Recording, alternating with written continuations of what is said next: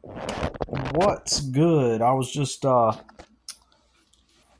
listening to some financial stuff, and um, it prompted me to make this video just based off of this idea alone. That the as long as you have a job mentality, like that's the first thing. This is a flaw in people's logic that I've observed over the years. And what's up? I worked for other people for 20 combined years, 5 years in restaurant industry, and the rest of those years in things like uh, landscaping, warehouses, and at times construction, and then part time 10 years combined doing janitor work, like cleaning at night and stuff. And I also, for a whole year, I worked for a porta john business, or a portable toilet for events and construction sites. Uh, Fortunately, my main job for a long time was just to deliver clean toilets. That was just my job. I would deliver clean, already cleaned out, prepped toilets, and then I would pick up the dirty ones, but I didn't even have to clean them. I just had to tilt them back, put them up on the truck, strap them down, and take them to the yard. And they had a cleaning guy out there that did all the cleaning. But the later part of that job, I did end up uh, cleaning them and also going around in a truck and servicing them, even though my main job was still just basically delivery and pickup of those jobs. I did that for a year until the owner sold that business. In fact, he had a regular income based off of his first business, and where he had a concrete business where he went around, pouring slabs of concrete for like major construction, like including the theme park that I would later go to work at as a landscaper. But I've done landscaping most of my life, and so I the last long term position I had at a company working for somebody else was for 2 years, and I left that in 2015, right? And so I never succeeded working for other people. I never, not once did I ever make enough money to have my own place. Twice I did. Two or three times I had my own place working for other people, right? And the other times, when I was single, right, as a single person. And then all the other times I either lived out of a truck, or I had um, uh, there were times I was able to rent a room, or I got lucky and somebody let me stay for a little bit. But for the most part, I've never had anything. In my reality, in my world, I look around me, the vast majority of people in my social networks, virtually nobody worked hard to get to where they got. And that could make me an enemy to many people that I know right now, right? To say that, because they would react with violent opposition to that statement. What do you mean that? Are you trying to say that we didn't work hard to get to where we got? Um, and what I'm talking about is the majority of people that I know, the vast majority, like 90 something percent of the people I know. um, I'm not saying that they don't work hard. I'm not saying that when they do work, that they don't work hard. I'm not saying that.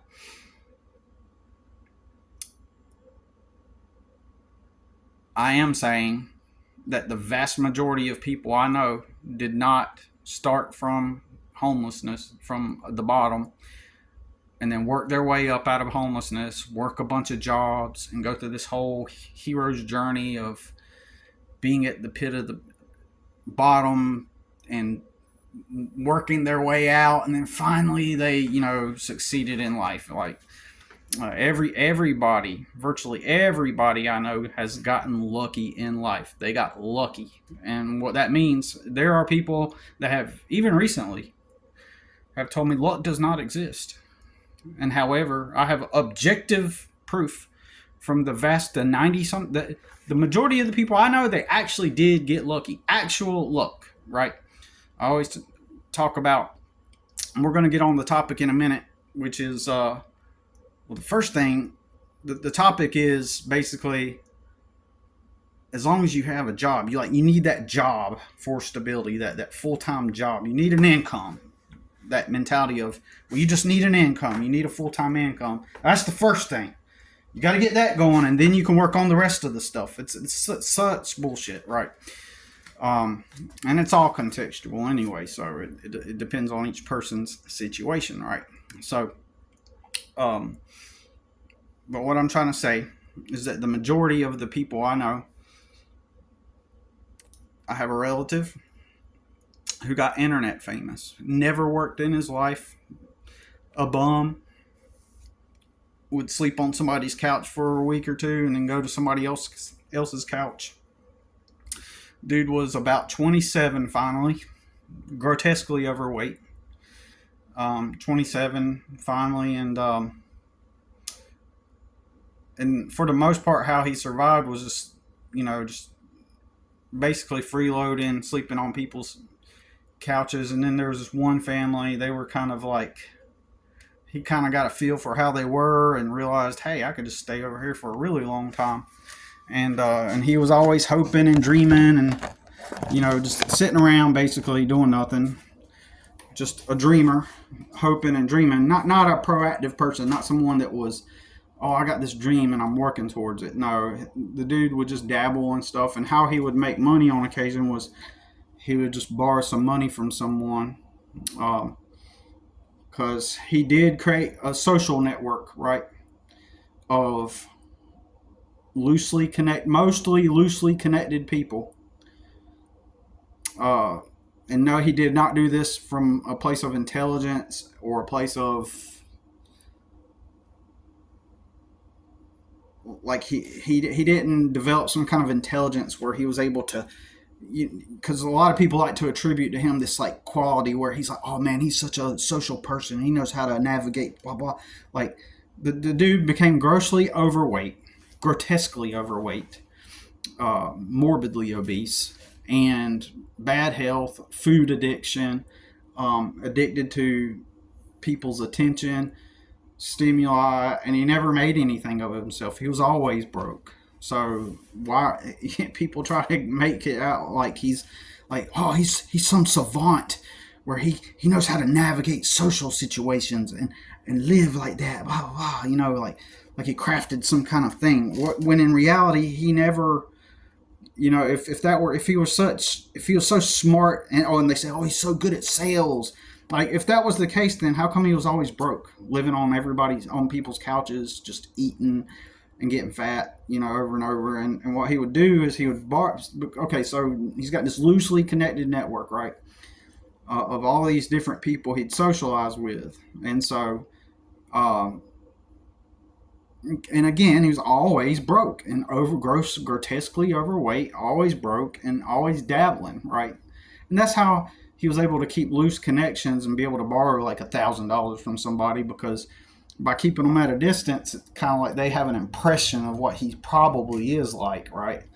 And so he's able to, make some people believe that, and who knows how he got money, on occasion. So what he would do is something like take that $1,000 and buy a boat off of Facebook Marketplace or whoever, and then he buy it for $1,000, and then he flip it for a couple $1,000, make his $1,000 back, make $1,500 to $2,000 back, something like that in general, right?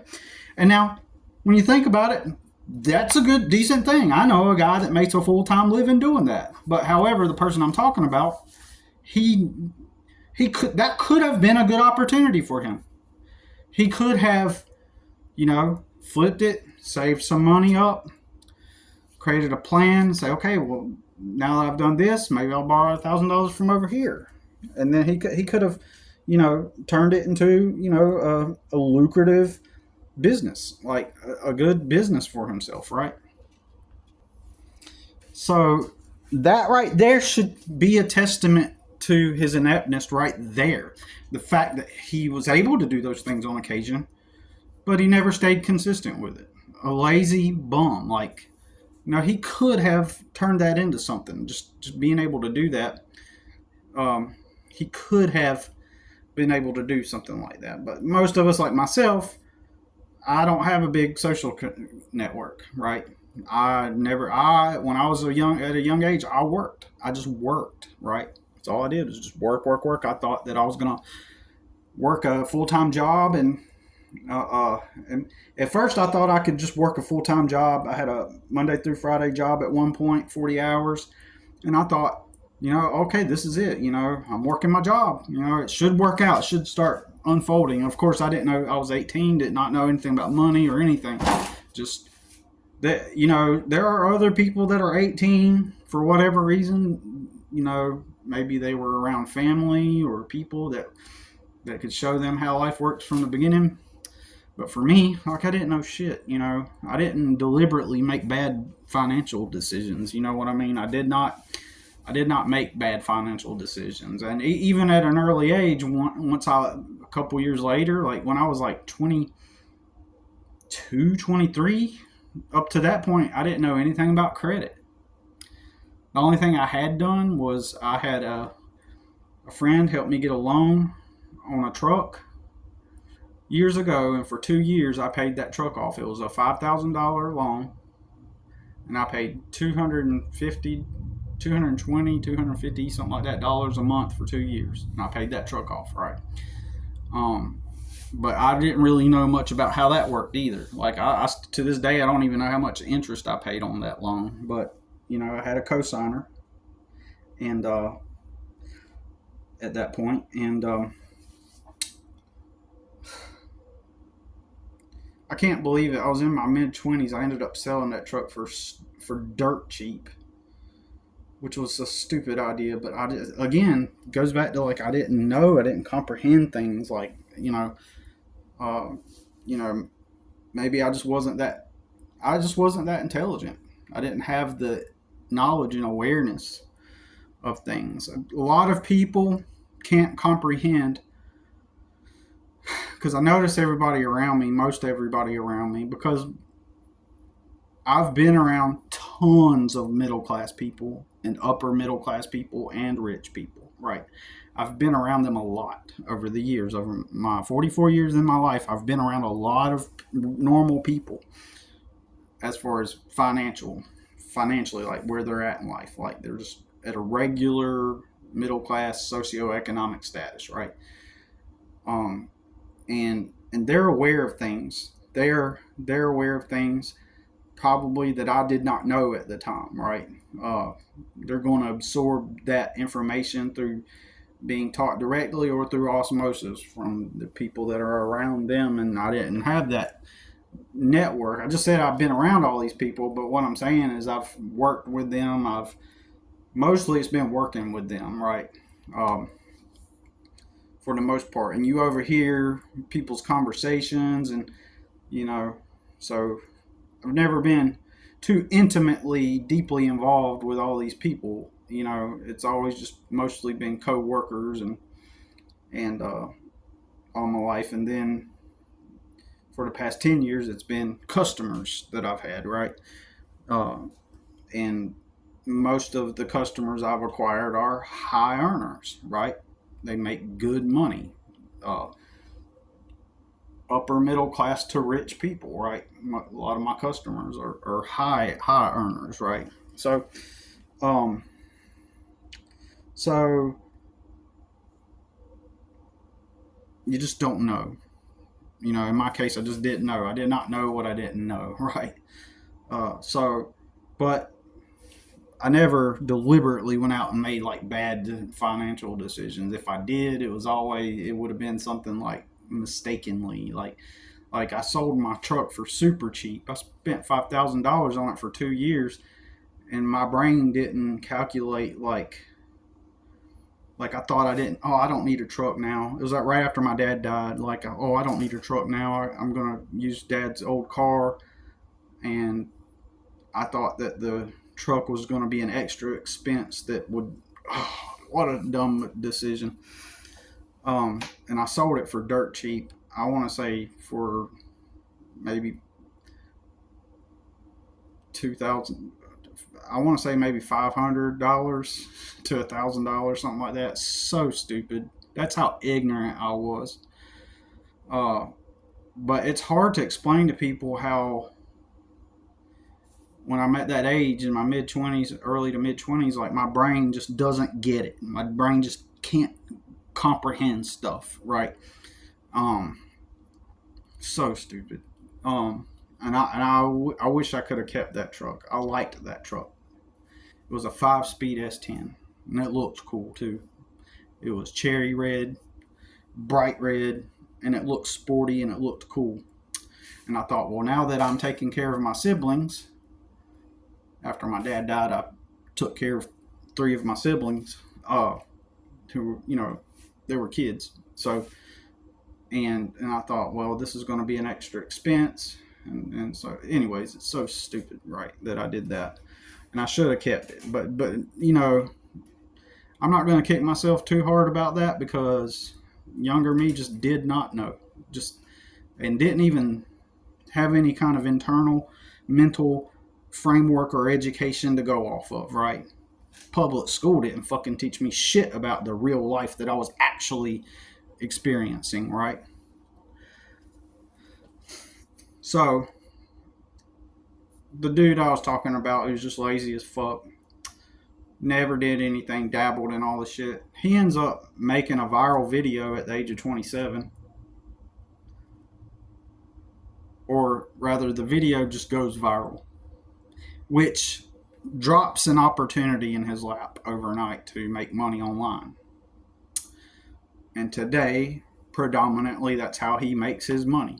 And he still tries to dabble in stuff because he's still always broke. He has 1.2 million followers, and he still dabbles in stuff.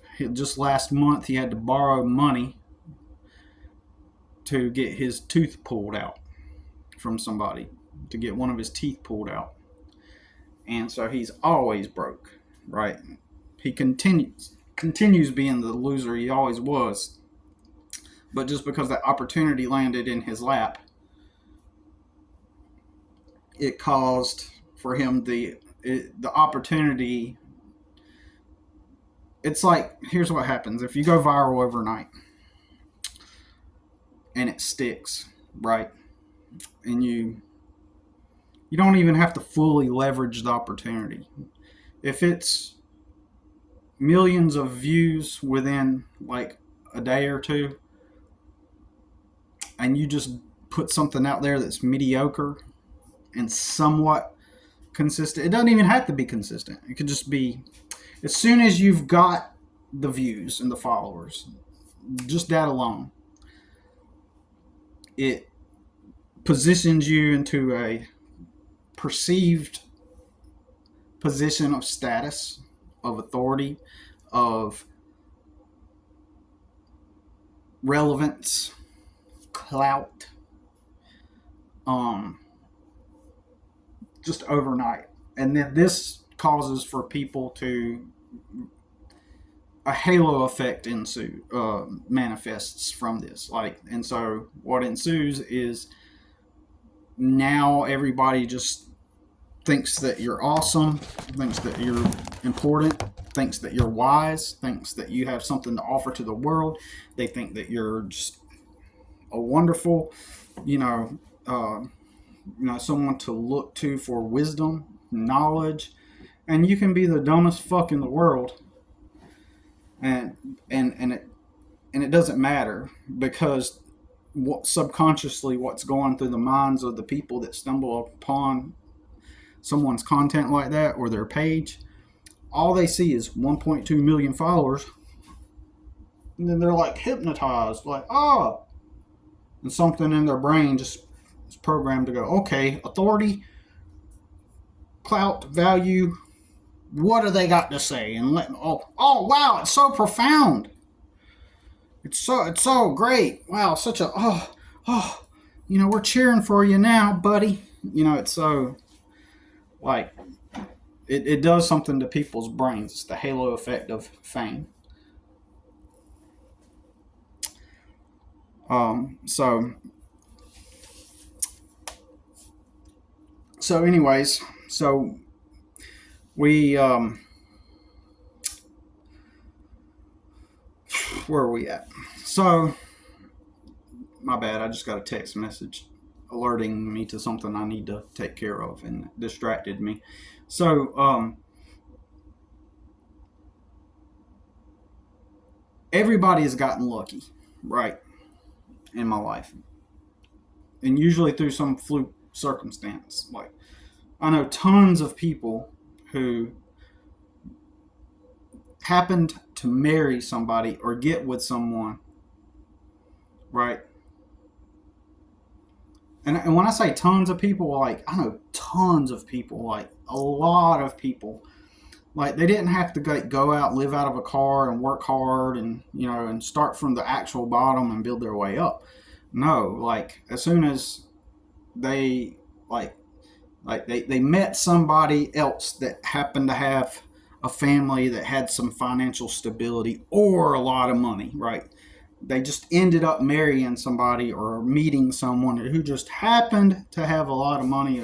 And so something close to that happened to me. Like, I rented a room from a guy, and I used all the last of my money up. In fact, I had to borrow that money to rent a room from a guy. And I moved into his room, into his apartment. And then within a couple of days, I've told this story before. This dude kept his apartment pristine. It looked clean. He dressed sharp. He was like a good looking dude, like Hispanic dude, bald head. He looked flashy and cool. Like you'd see him at like one of the upper like clubs up in the big city, and he'd be like surrounded by the ladies. Like, he looked like that. God damn it, right? He fucking looked like that. I'm thinking, this dude's cool, man. Like, he's probably going to be down to, like, to have a good time, and on occasion we can meet women, and and hang out. He's got a great place to bring people to. We can like meet people and network. I'm thinking, this dude, yeah, finally I'm in a great.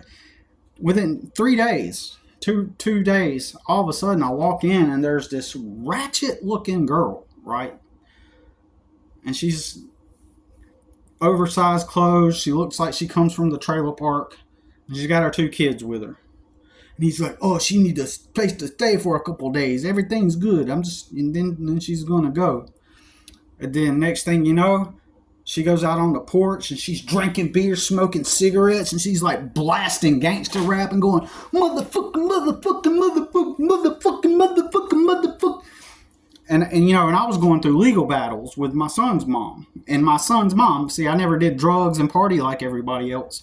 But my son's mom, part of her strategy, since I worked all the time, I didn't have the leverage and the flexibility to craft defensive strategies, because what was I doing? Being responsible and working.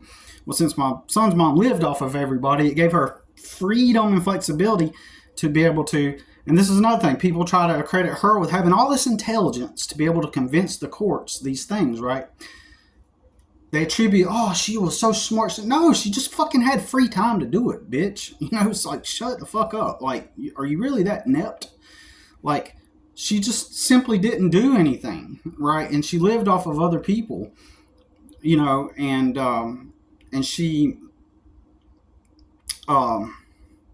she did all the drugs and partied, but she told the courts that I did all these drugs and I hung around with people that partied. No, she never said that I did drugs, but she said I always hung out with people that party and do drugs and stuff. And she, in my opinion, part of the reason why she did that is she knew that she was the one that actually did that. And she felt some kind of shame about herself because of it. So she was trying to use me as a scapegoat.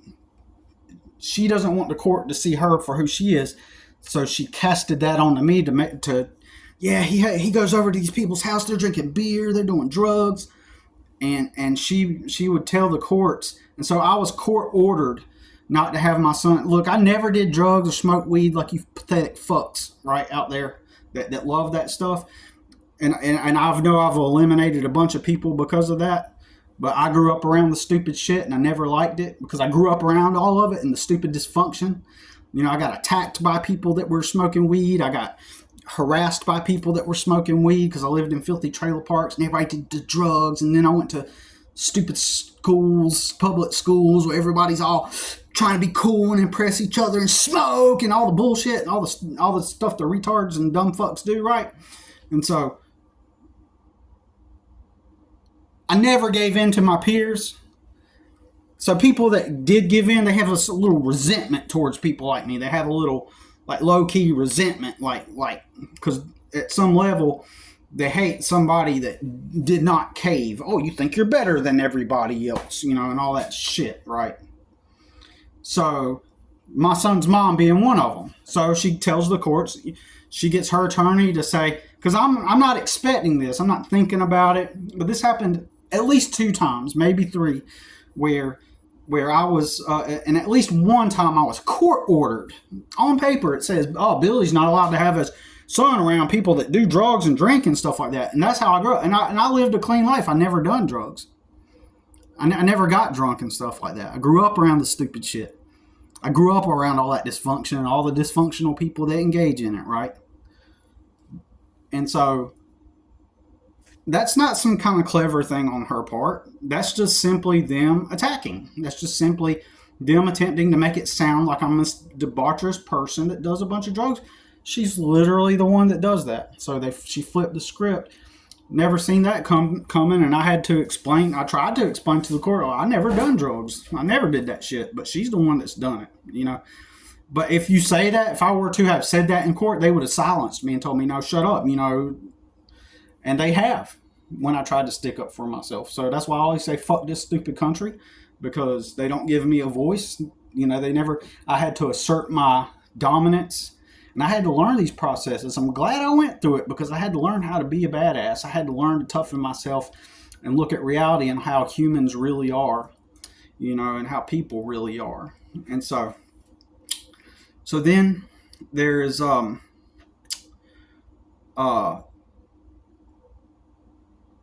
people just marrying people. And then I know numerous amounts of people, like they'll meet somebody, and this has happened a ton of times. I know multiple people like that I know that they met somebody, and then that somebody that they knew came from a family that had money, or one of their family members happened to have an extra house laying around, and so they got to go live in that house and build their life up while living in the house, you know, and you might argue, well, maybe they paid that person some rent. Here's why I doubt it. Because I see all these people out here that are working minimum wage, low paying jobs like Starbucks and, you know, just these entry level hospitality jobs, yet they have nice cars and they have places to live. And I know that there's no way that they can afford that. Because I worked. I did that stuff myself. But the only difference was I did not have a family to back me up. No network, no support system. It's got to be because of support systems. And I recently learned, I'm always learning something new, because I haven't been exposed to the world. Spent my young adult life, just working jobs, so immersed into working all the jobs that I did not get exposed to life. So I'd clock out of my job, and then I'd have to go work another job for the most part. So over the years, I worked so much that I did not get exposed to the world. And everything I see about the world, every time I encounter something new about the world and the people in it, it makes me less and less want to be engaged in part of this world. Like, I don't like, I've been around all kinds of different social groups. I've been around the country people, the backwoods, the hicks, the trailer people, the black people. I've been around the Mexican people. I've been around the ghetto, the wannabe gangsta thug white boys who think they gangsta. I've been around them all. I've been around all kinds of different people, right? I've been around middle class pompous people, right? I've been around decent middle class people. I've been around kind rich. Most of the rich people I met have been actually nice. Like they still don't give a fuck about me, but they haven't been mean to me. They've actually been nice to me. All the rich people. They still don't give a fuck about me, right? Because they're the types of rich people that, not even going to get into that, but they've always been nice to me, right? They never had a bad word to say about me, and so they'll still let me drown and suffer if I'm going through something, for the most part. They're going to let me struggle and fucking shit like that. But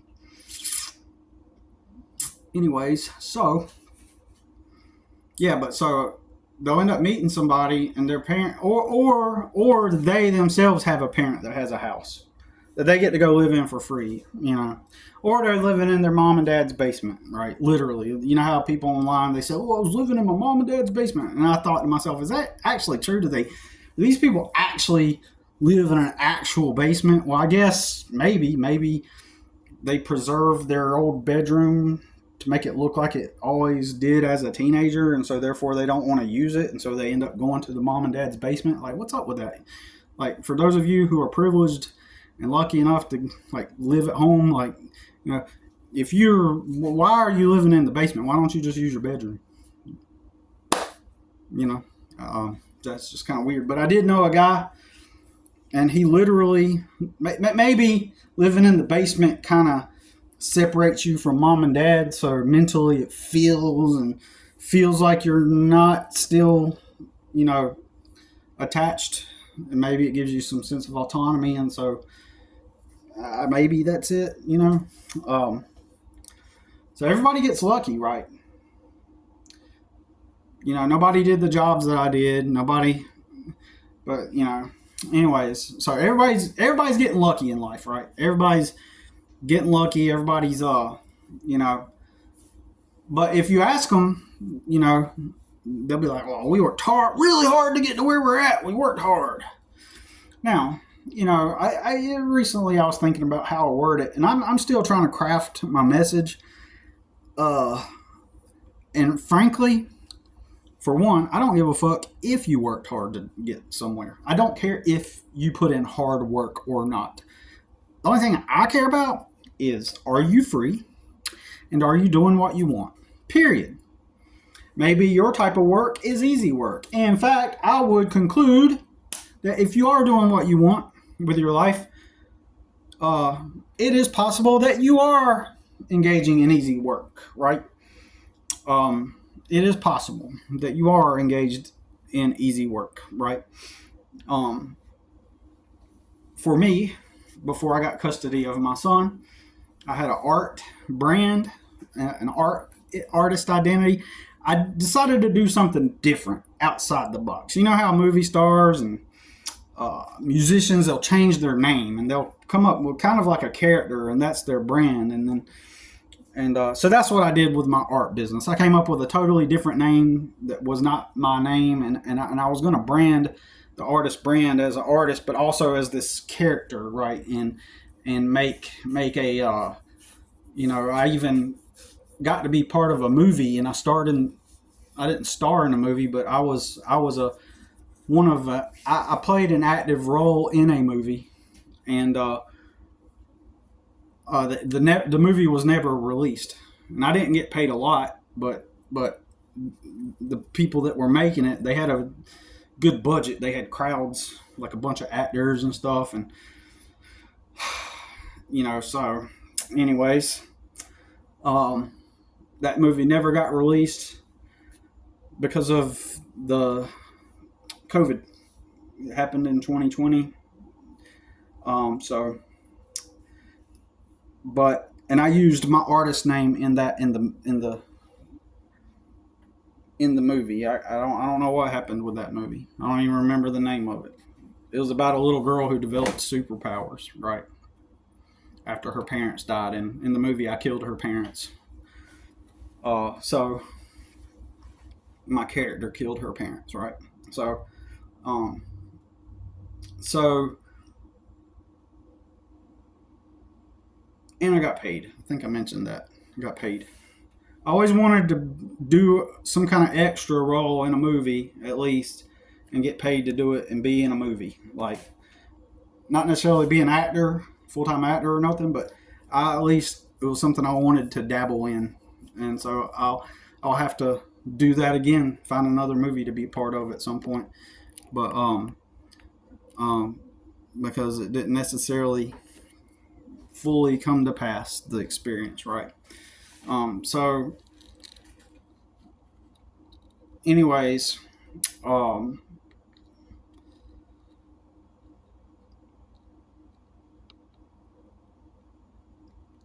so to get to my main point of the video, um, so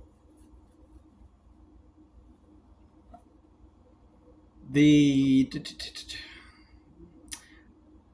what I've been explaining in this video is how everybody goes around me and they get lucky. They're not working hard, and I've always worked hard.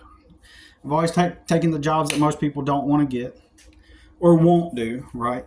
Um, and but I've always been financially poor. Like mentally, I think that I'm abundant, right? Mentally, I think I'm a strong person, and I think I feel good about myself, about who I am internally, and I've been trying to craft this message too, that and explain in the most coherent way. This is why one of the reasons why I often repeat myself in my videos too, because I'm trying to figure out the best way to craft my message, even though it might be better if I took the time to just sit down and write it all out. But even then, I would still have to develop the words to make this sound the best way possible, because I don't feel like in my mind that I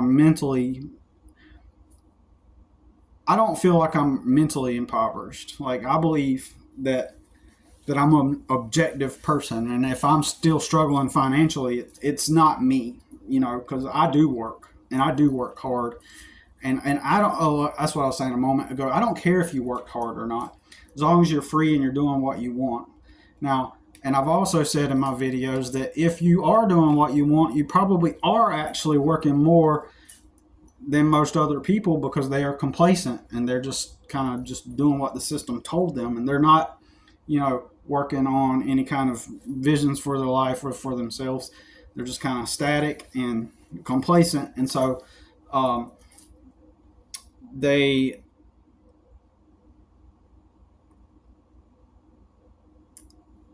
they're not. I forgot my point. I kind of got sidetracked just now, to be real with you. So what I'm saying is they're gonna clock in and do their job, and they're gonna go home, and they're gonna just do what the system told them to, right? And so and then they're gonna look for leisure and entertainment, and that's it. And people want to try to say, well, that's the end goal right there. That's the end goal. That's it. That's the happiness. Um, and and if you're happy doing that, if you're being honest with yourself, though, right? If you're because people lie. You ask them, oh, how you liking it over there? Do you like it? And they'll be like, oh yeah, I like it. But because it's the socially acceptable thing to say, you're supposed to say that you like your job. And if you don't, well, why not? You should be grateful. If you're caught in at that warehouse, you should just be grateful that you even got a job. Some people don't have a job, right? And like, and that's part of the programming, the societal programming, like that teaches you to remain complacent and conformed to what is expected, and that's the way it works. That's the way this society works, right? And you adhere to that, and you do what you're told, and so um uh and so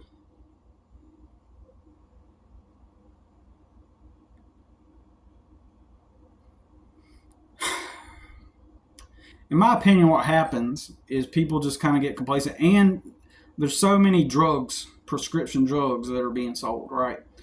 And people are on all kinds of drugs, and I believe that sedation is what helps all these people that are complacent get through the day. Just being sedated on the drugs that they're given, like like one guy I knew years ago, his wife was pressuring him to get the job. They had a kid together. They had a kid, and it was like, well, you got to find it. You're the provider. You're the husband.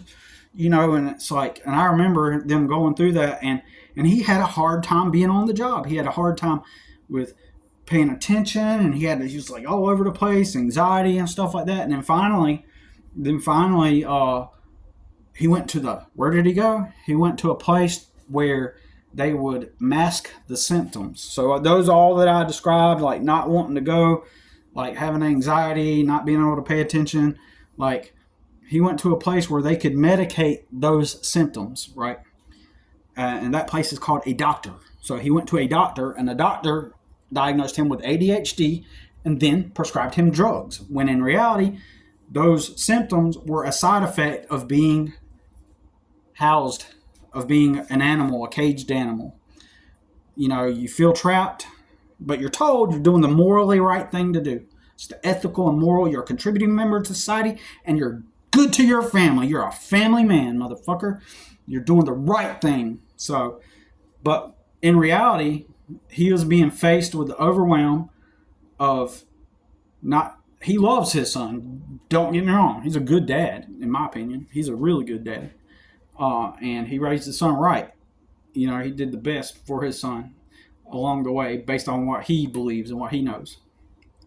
I don't know him. I probably haven't seen him in like 10 years. So I'm not really close to him at all like that.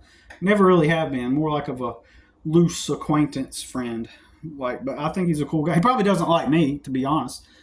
But because of the stuff I say, like the stuff I'm talking about on here, right? But he's a good guy, and so his son, I believe he loves his son, cares about his son, but I think that he was at that young point in his young adult life at the time where the societal pressure to perform as a man, based on the societal script, well, you work your job because you're going to raise your son.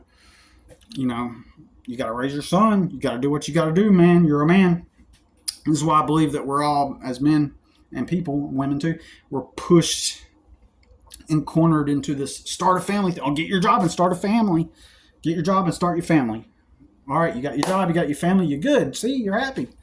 We're pushed into that. We're pushed into that for a reason. We're pushed into that because society wants you to hurry up and do that.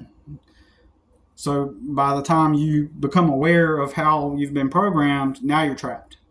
Now you're trapped in that I work my job and I got to take care of my family system. I'm in that trap currently. Even though I have my own customers, even though my son's 18, he just turned 18. My son, he does have learning disabilities documented. And I thought that's BS, earlier. And then I learned more about some of the things that they were diagnosing and why. I still think that most of it is kind of circumstantial and based on the fact that he was never raised right by his grandfather and his mother and some of the people she had around him before I got custody. I believe a lot of it, most of it is circumstantial, and I believe my son's going to have a slow integration into adulthood. It is what it is, and it's something I have to deal with. And so the symptoms they described with the learning disability were, in my opinion, real, but I think a lot of it was just due to environment more than anything, and not some kind of like neurological thing or some kind of like, anyways, without getting into all of that. What I'm saying is society, I am in that trap. Even though I still work for myself now, I'm still in the trap because of the combined 2 decades that I worked for other people. All right. So I worked for other people, and because I did that, I struggle now.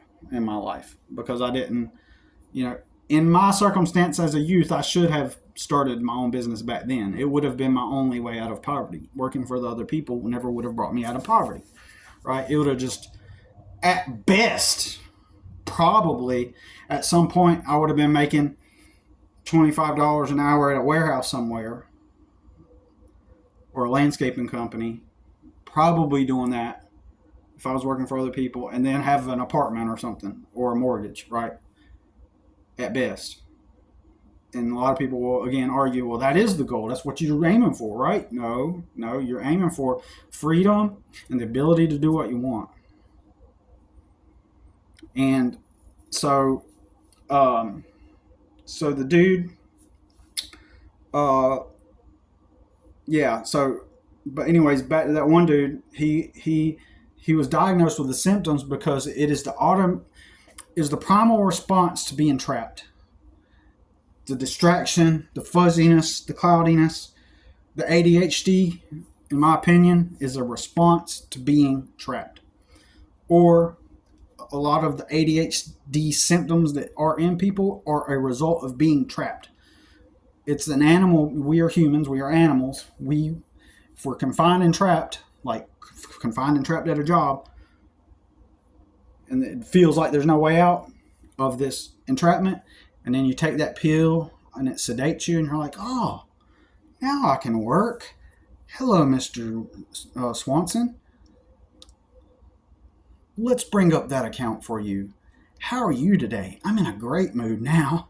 I just took my pill.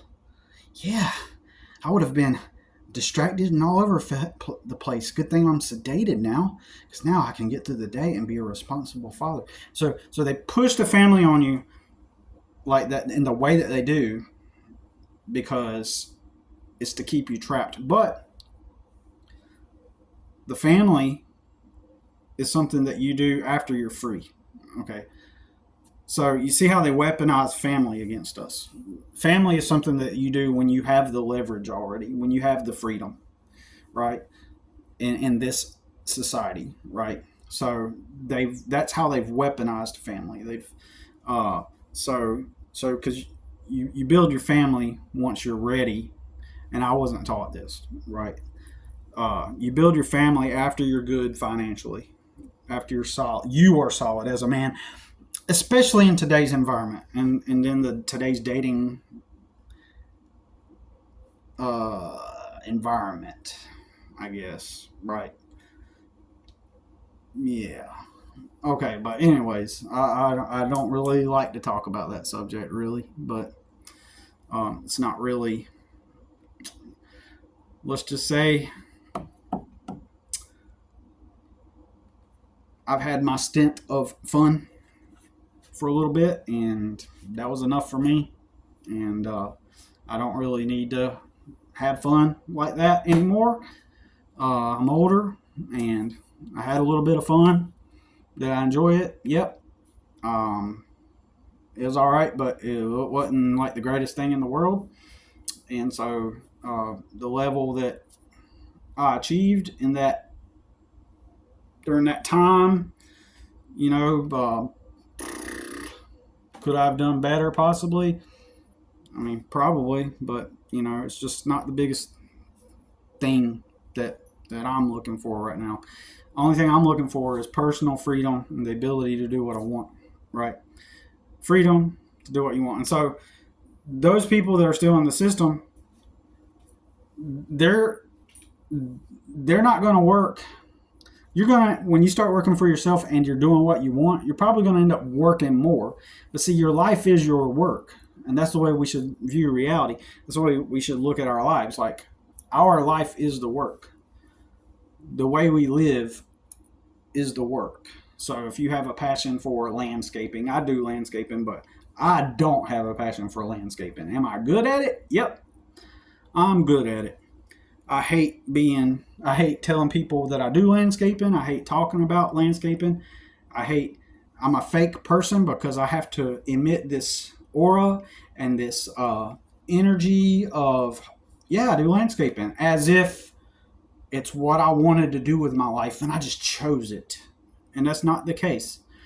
I was a poor person, and I spent my entire childhood and adulthood poor, and working hard to get out of it. And one of the easiest jobs you can get when you're poor like that is landscaping. So I learned landscaping, and yes, it is beyond just mowing lawns and beyond just doing some yard work, cutting some grass or cleaning up some leaves. There is a skill. There's a skill. There's manual labor. There's some skill to it. There's some manual labor to it. It is a legitimate, skilled type of labor once you get into it. But most people are going to just chalk it up to, oh, it's just yard work. But there is some technique, tactics, and skills to landscaping, right? But it's one of those types of unfortunately, it's one of those types of work that gets stigmatized, and you're assumed to be the lowest common denominator. Like,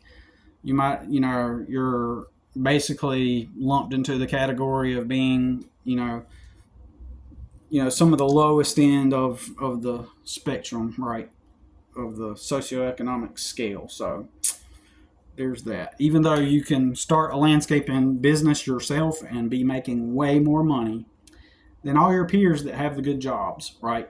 All the people that will frown upon you for, doing landscaping. You can start a landscaping business, and there are people that have even lawn mowing businesses. Their brand is they mow lawns, and they got trucks and they stuff, and they're even a small business, right? Maybe the husband and wife operate it together, and maybe they got some employees, and they got a little, and they look like, oh yeah, they're the landscape. Oh, those are the people that mow the grass, and those people are raking in the money because they're working together, building their business, and they're making a whole lot more money than their peers who are in student debt and have tons of debt, and who are just barely even scraping by with their full-time jobs, right? But it's all about the stigma. The plumber, the guy that works as a plumber, is kind of like the guy that works as a plumber is making way more money than the guy with a nice white shirt and tie on, and and he clocks in at the office, but he's got thousands of dollars in student debt. But because the perception is that the guy that works at the office has more social value, and because of how he looks and is perceived, than the plumber that is more masculine and makes more money. Not to say that you aren't masculine if you work in an office, but you get what I'm saying, right? So, anyways, a lot of the time people will say that when you're poor, I've always been poor, and and I'm just now relative. I keep thinking to myself, man, I should be more stable by now. Man, I should have done, like, this year I plateaued. Like, in my business, I didn't get anywhere. I didn't make no savings. This year I just got through the year. That's it. I'm still here.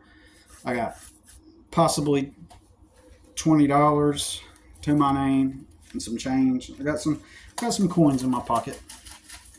Got some coins, and I got a $5 bill right here, and I got about $15 in the bank. So I probably got maybe like between $21 to $25 potentially, depending on how much change is in my pocket. And I got by job after job after job after job after job.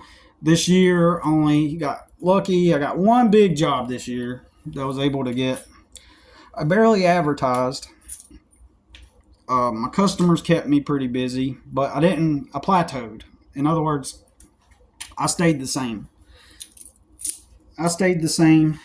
Yeah, I got about maybe $23 total, 24 maybe total to my name at the moment. So just enough to get by, and even in the negative, even now, it's the end of the year, I'm in the negative, actually. Not my bank account, but I owe, and I'm late on my storage. because December is when things start to get slow for me. And so I've always been poor, which leads me to the main point that I was going to make. And like I said, I don't feel like I'm poor mentally. I'm just objectively financially poor. And I've worked harder than most people that I've seen around me, in my opinion.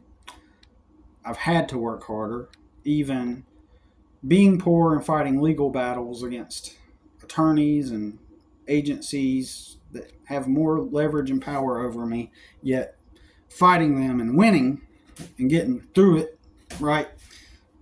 It's like war. Even though I fought, I still got beat. Like, you can go to a war and you may get shot, right? And you win, but you still got shot, right? So you got to recover. And so I made it out. I made it out on the other side, and this is the aftermath. And I think to myself, part of me goes, well, I should have happened quicker than this. But at the same time, I'm going to myself, well, relative to everything else and to how everything else has been, and given my specific living circumstance and situation and the deal I have with the landlord, I probably made it okay, right? Like through this year. It's not what I want. I still feel trapped. I still feel, like I'm not getting ahead, and I'm making it by each week. And so I'm thinking that one of my customers, he's going to have me come and take down his Christmas decorations and maybe stack some wood for him. And that probably would cover my storage building where all of our stuff is, right? And so then I'll have that paid off. But then I got more things due right after that, like hundreds of dollars within the next week. I got to spend hundreds of dollars, and I don't have it, right? Within the next week. And I got to go get the tags. I got to go pay the taxes on my truck. And here in a few days, in January. And got to do that. And so, yeah. So what people will say is, well, it sounds like you're just not making enough money, Billy. Why don't you go and find a job at the, aren't there any landscaping companies? Like, so you got to have that one stable plate thing that you can do. You got to have that one thing. And I'm going to attempt to figure out maybe not in this video, but over time, ways to better word this situation that I'm referring to right now. I'm going to try to best word this in a way that makes it make logical sense. So,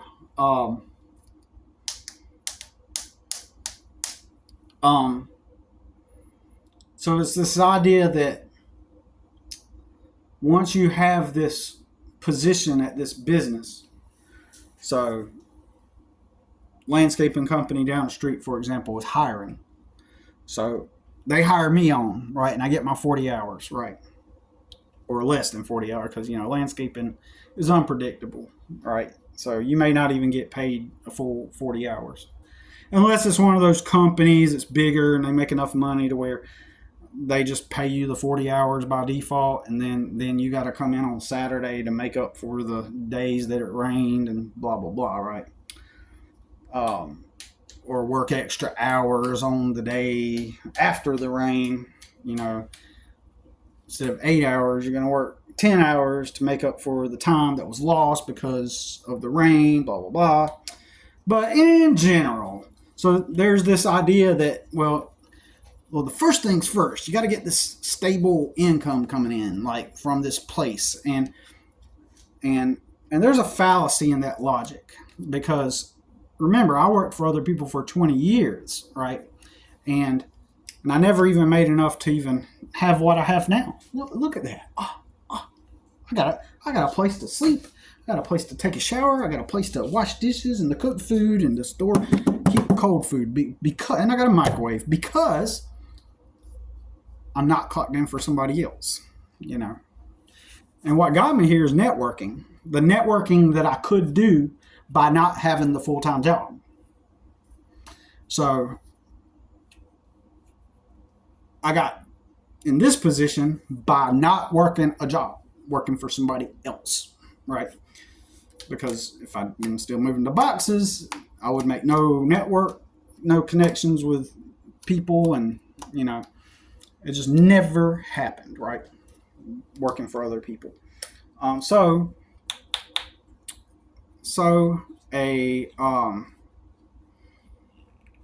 what that job would do, if I did say go work at a warehouse with 44 hours a week, it for me in my position, you know, it would consume my time and not pay me enough to stay here anymore.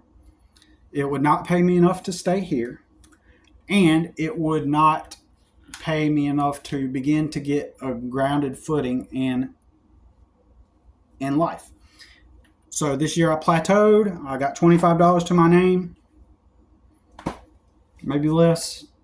And if I were to go starting now, working, even though my son is now 18, even then I'm going to make the argument that would not get me out of this situation and moving forward. So now it's going to, one of the problems with that is the fact people ignorantly assume that once you have that, then this is their logic. You hear this. I should just go around talking to people and tell them, hey, what would you do in my situation? And just to verbatim, they're going to say the things that I say right here because it's scripted. It's embedded into their perception. Like, this is the way it works, but it's not the way it works. But in their heads, that's the way it works. One of the things people think that whenever, because I've experienced this, when you're clocked in at that full-time job, like for example, I did property maintenance for a big-time business owner with tons of different businesses, and I went around fixing things on his different businesses and at his home on occasion. And I did maintenance and built things and ran errands, and that job paid me $10 an hour. I did the work, in retrospect, I did the work of someone that should have actually being paid. I did plumbing. I did all kinds of shit that other people would have been getting paid $35 to $40 an hour for. But I was making $10 an hour at the time. And I did not know that at the time. That, like, for example, a plumber might get paid $35 an hour to do the stuff that I did on his businesses and his restaurants and stuff, right? And but there I was making $10 an hour, and they were the types that did not give raises. And if you asked for one, they were going to, instead of rewarding you for the good work you've done, they're going to create objections as to why do you deserve a raise, right? That's the type of people I'm working for. The only rich man that I met that was an asshole, like, and fit the, you know how everybody says that rich people are these greedy people who, blah, blah, blah. He did fit that archetype. He fit it down to the T. He was that person. So,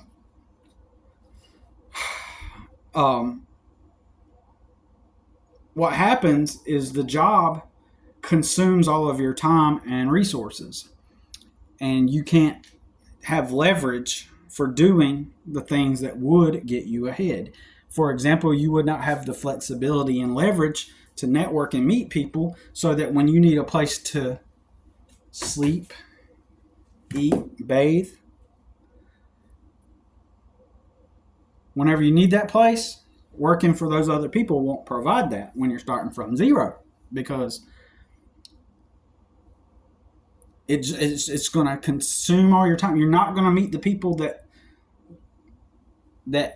where you could find a place, right? And then some people get lucky. Don't get me wrong. Some people get lucky and they after work, they're able to network with other people. It just depends on the circumstance. Again, most people I know, they already got community. They already got people surrounding them to help them. They've got it all. Everybody's got it made, right? Everybody's got connections and people that they could ask, and then, don't get me wrong.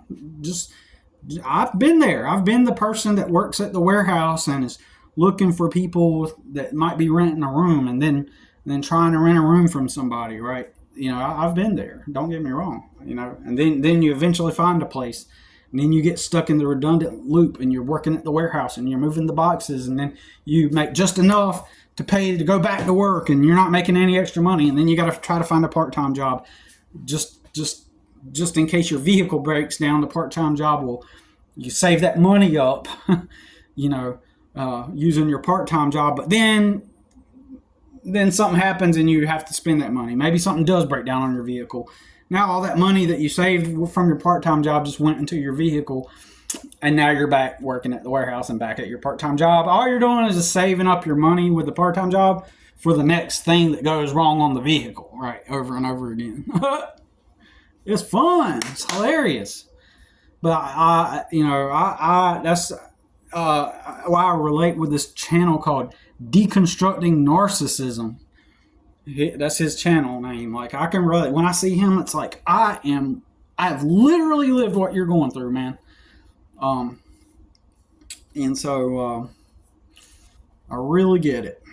And he just has not been driven mad. He's still younger than me, so he has not been driven mad yet at the redundancy and the static state of the poverty he is in. No offense to him. He is in poverty, okay? He is in poverty. He works his warehouse job. He makes just enough to be able to pay to go for his room and then go back to the warehouse. And he's in that redundant poverty loop, unfortunately.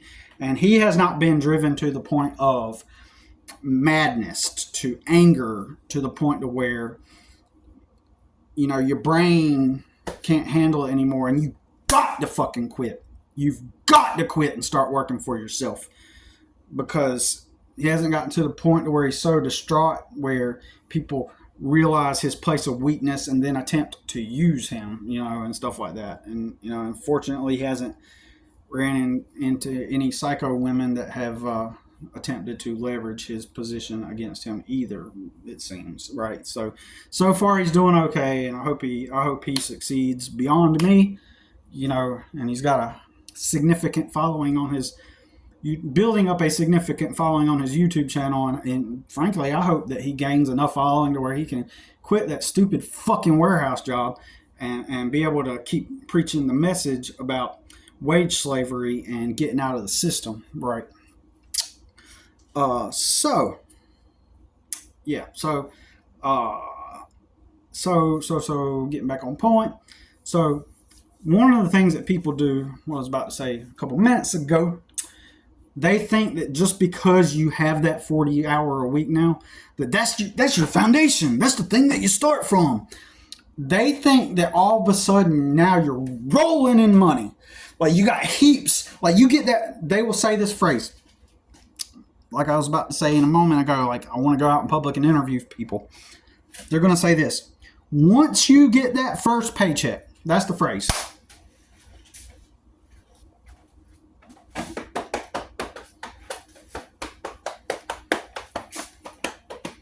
Once you get that first paycheck, everyone believes this. There's this perception that first paycheck is like all this money that you get to use. They say that phrase, once you get that first paycheck, you're set. Now you're set. See? That's all you had to do. Clock in at that warehouse, get that first paycheck, and you're good. Build off of that, Billy. Build off of that. But in reality, that paycheck is shit. Well, maybe after the first couple paychecks, that's the other phrase. Maybe, after the first couple paychecks,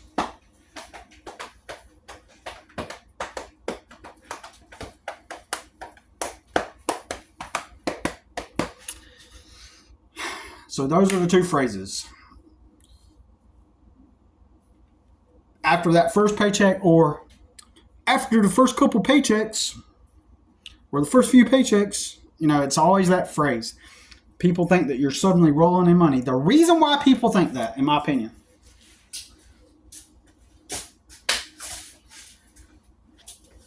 when they stayed at home with their parents and didn't have bills, and they got that first job, and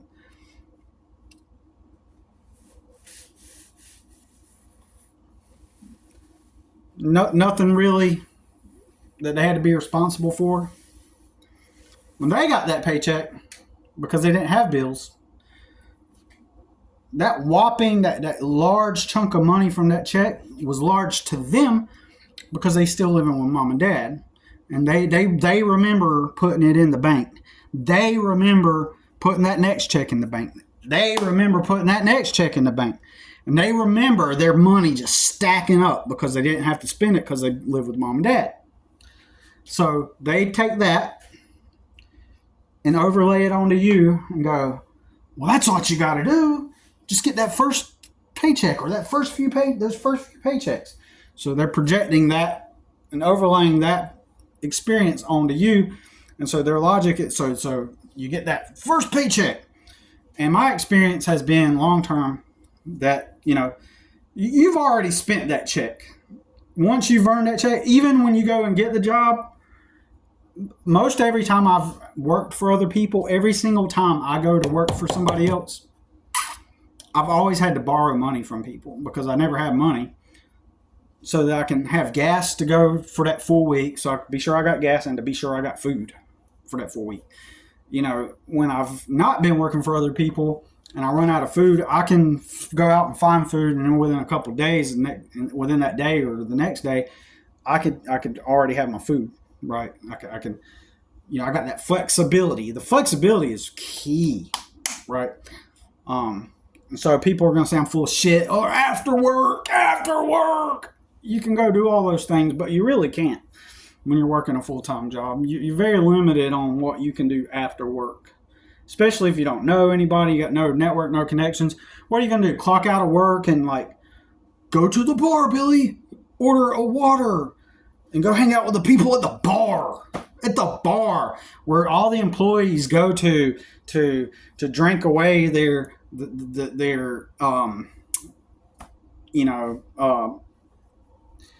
they hate their job, and so they're going to go drink and escape their reality, right? And that's the worst place you can go to, the bar, because that is where people go to escape their reality. That's why the bars exist, so people can escape the situation they're in, the perceived reality that they're in, like they're stuck working for other people. Most people, it's been proven through survey after survey for decades now that most people don't like their jobs, so that's why they get to the bar to socialize. So because remember, the premise, the premise or the script is this: if you have your job and then you have your place to live, now you're happy. That's the happiness. They've defined the happiness for you. So the underlying understanding when you're talking to these people is like, oh, you're happy, I'm happy too. Yeah, I'm happy too. I'm happy. But everybody has to deny it. Everybody has to live, put on this persona like, oh, yeah, we're just living life. So there's the perception that the paycheck, you got to have that one place fallacy. So in my circumstance right now, if I were to go work at a warehouse and get 40 hours, and I would end up I know that I would end up having to pay my landlord more money, because obviously that's another thing. People believe not just you'll have all this money on the first paycheck. They also believe that now that you got 40 hours working for this company, that now you got tons of money coming in, right? So what it's effectively going to do is I'm going to get charged more to stay here. And so the act of going to the warehouse is actually going to reduce my leverage. It's not going to get me ahead. In fact, I'm going to be spending more money on staying here. So it's a redundant loop. I'm going to end up... So let me make this clear. Do I know for a fact that she's going to start charging me more rent? No, but I know she will. You got to know people. You got to know people. You got to read into people's persona, how they are, and somebody like her, she's going to perceive. Well, how come you're never available? Because part of our kind of like agreement thing is I do stuff for her. Like today, finished taking down the rest of her Christmas decorations, right? And and uh and and uh and and I got an errand I got to go run for her later, right? And so um,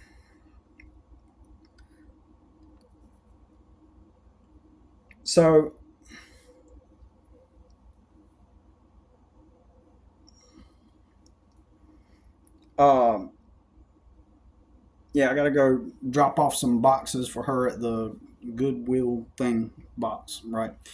And so part of what keeps me part of the arrangement is is I do stuff for her, and usually most of the time it's whenever she needs it to get done. She needs it to get done. She can. I'm pretty flexible, so I know that once I start working at the warehouse, she's gonna be like, "Why aren't you ever available? Why aren't you ever available to help me anymore?" I know that's gonna happen. You got to know people. You got to have some social awareness and how different people operate. And so this landlord situation, you know, that's the way it works in my situation. So eventually I will have to say I work at a warehouse, and then she's going to perceive that as me having more money. Then she's going to start charging me more, which will make the working at the warehouse null and void, because it'll be just like, what's the point? All I'm doing is working more hours, moving some more boxes, just to pay more rent, and so now I'm stuck. Then I'm going to have to do the things that she asked me to do uh, on the side after I clock out. So after I clock out, I'm going to be doing the things on the side. And then I know I'm going to have to work part-time somewhere. And lastly, for legal reasons, I'm not going to go clock in for somebody right now, because I'm coming off of 15 years of legal battles.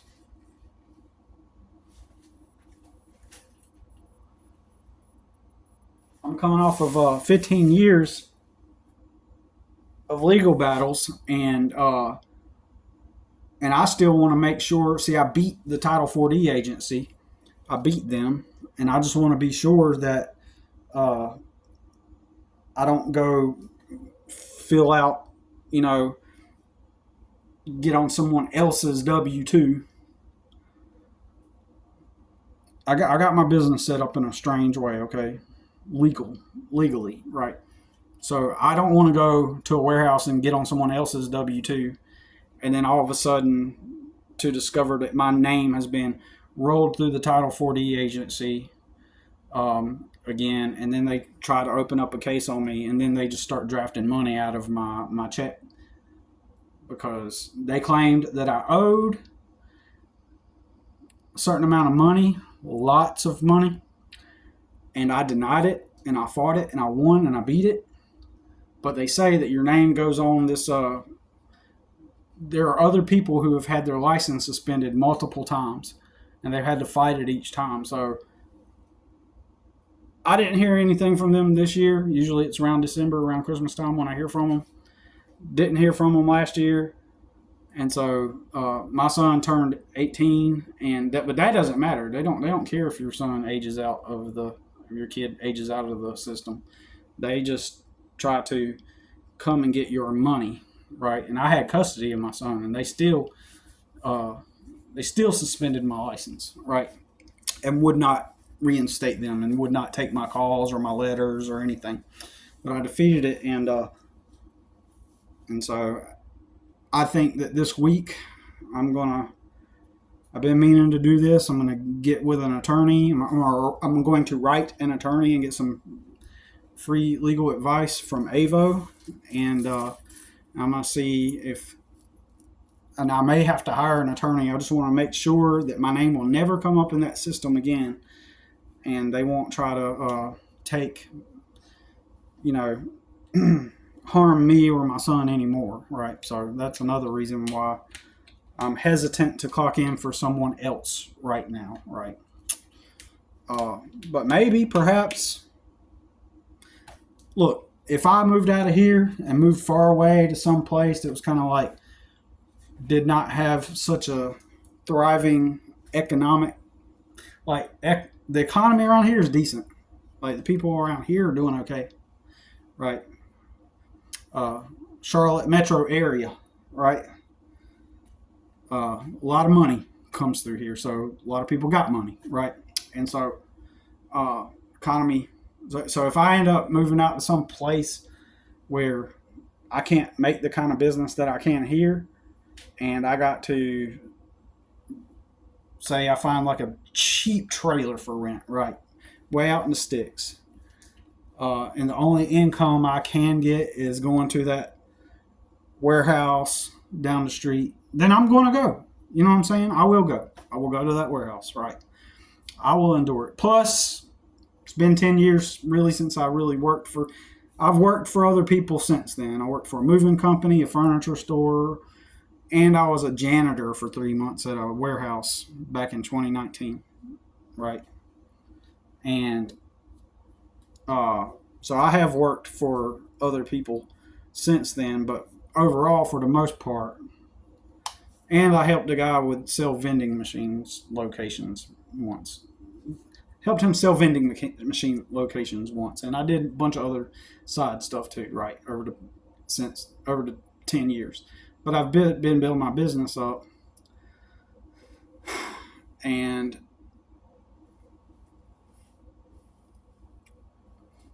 so, anyways, I look forward to. I don't know, like if I had to, if the only place I could find was a place like where I had to go work at a warehouse, I would, or a landscaping company. I guess I would. And I'm older now, and I'm not afraid of being homeless necessarily. In general, I don't care about being homeless without a job. Like I don't care. Like the only thing I do care about now, since Trump is making it illegal and the cities are making homelessness effectively illegal, that's why I'm hesitant to just pack up my shit now and just leave. I could do that. I could get some help. My mom will help me with a moving truck to move my stuff out of here. I know she would. She would help me get a moving truck. And then she said she's going to help me with a camper. And I believe it. She will help me get a camper to move out of here. And so I could technically just move out right now, but I'm just a little hesitant because I don't want to be sleeping at a rest stop and some cop proclaim that I'm just mentally ill, and then they send, and next thing you know, I'm having to fight legal shit because I don't know. And society, all the businesses my peers own that are around me, they deem those businesses as real jobs and real businesses. And so, and since I only make enough to, at the end of the year, have $25 in my pocket, then my business must not be a real business, right? Because I don't have logos for my business. I don't have logos, shirts. I don't have professional looking equipment. I mean, I've got equipment, but it doesn't look professional, except for my blower and my weed eater maybe. But all the other stuff, it looks like I'm just some dumb fuck retard in a truck driving around. Hey, can I clean your yard? That's what I look like. Even though, I've built a customer base, right? That has kept me afloat this whole year, right? And given me a place to reside at night, right? I mean, anyways, I know I'm kind of like babbling right now, but I'm going to leave it at that. There's a fallacy in this idea that if you have this job, if you have this anchor, this steady thing, and in reality of it, it gets in the way more than anything in a lot of situations. And so, and I don't want to work for other people. I have not shied away from that. I have been open and direct about that. I have not lied about that. I've been full honest. Like, I don't want to work for other people. I hate working for other people, which is why I quit. Also because it kept me in poverty. But like, if I did go to a warehouse and worked Monday through Friday, and I lived way out in the sticks. But I rented a trailer. I'd try to work that 40 hours. I'm different. I'm older now. Back then I was like 34. And now I'm 44, and so I believe that I could. I believe more like now I'm more of a boss than before. Like I'm more hard than before. Like I cut through all the bullshit. Like unlike back in the day, I was trying. I had a different way I went about things, and now, like, I'm even more stubborn in a sense. And so, the moment somebody, I just don't give a fuck about getting fired. I just don't give a fuck. I'm not worried about it. Oh, maybe I'll lose all my money. Oh no, I'm gonna be homeless. I don't give a fuck, right? I'm just trying to get on a path. I would work that job, and on the side I would make art to sell and build an artist brand on the side then, right? Assuming that it was now if I walk in that warehouse and it's some kind of place where everybody's all like, man, fuck this shit, I hate being here, man, just gotta get through this. Or if the supervisor is gonna be like the moment that dipshit wannabe gangster thug decides he wants to do shit half-ass, and then they try to blame it on us, right? If they try to lump me in with the gangster thug wannabes, like if they're half-assing and the supervisor comes up and be like, why can't y'all do this? Well, y'all gotta communicate. Y'all. When they do that shit, fuck that. I'll be like, fuck you, stupid bitch. Before I wouldn't have done that, actually. I was pretty, like, at jobs. It's weird, because at jobs I was always like, all right, well, let's do it. Whatever. You kind of like put your tail between your legs and like, oh, well. And mostly I just kept silent. I was like, there's nothing I can do about this. In my mind, I'm like, there's nothing I'm going to be able to do to change this. Like, this idiot's going to not work, and I'm going to get the brunt of his neglect. So stupid. And in my mind, I was like, it's not even worth arguing over. I'm going to find my way out of this. It's the way I always was in the past. But now, if the supervisor started blaming me on the ineptness of my coworkers, I'm gonna be like, look, I'm 44. This piece of shit, he's lazy as fuck, and he's a child. I'm not here to babysit. I'm here to move the fucking boxes to get some money. That's it. If they want to fire me, I'll be like, fuck you, stupid bitch. That's my attitude now. Fuck it, man. I'm tired of being a hard worker in life. I'm tired of watching everybody else around me succeed and have stability, but I'm the hard worker. What gives? I think I wanted to say, I don't know if I said this earlier, just because I'm not saying that if you were handed most things or you got lucky or whatever, I'm not saying you don't show up at your job and work hard. I'm not saying that, but I wouldn't give a fuck whether or not you did it anyway. I wouldn't care, like, whether you worked hard or not anyway. Like I said earlier, one thing that concerns me, are you free? Are you doing what you want? Here's how you tell if you're free. If you quit your job today, is it going to affect you in a negative way? Do you like the job that you're doing? If you can't say you like what you're doing, like legitimately from an authentic place, say, I enjoy what I'm doing. Like your life is your work. Your work should be your life, right? It is your life. It's just, if you're at the warehouse moving the boxes, that is your life. Your work is your life. But I don't think you woke up today and said, man, I can't wait to go move some boxes for a supervisor. Then that means you're part of the wage slave trap. I'm still part of the wage slave trap. My situation is residual side effect of me working for other people for 20 years and not understanding that I could have worked for myself. And so now I'm suffering a lot of heavy consequences and side effects from not having that knowledge. Anyways, hope you enjoyed this movie. It's been like an hour and a half, an hour and 29 minutes. So it's practically a movie. But anyways, thanks for watching. We'll talk to you in the next one.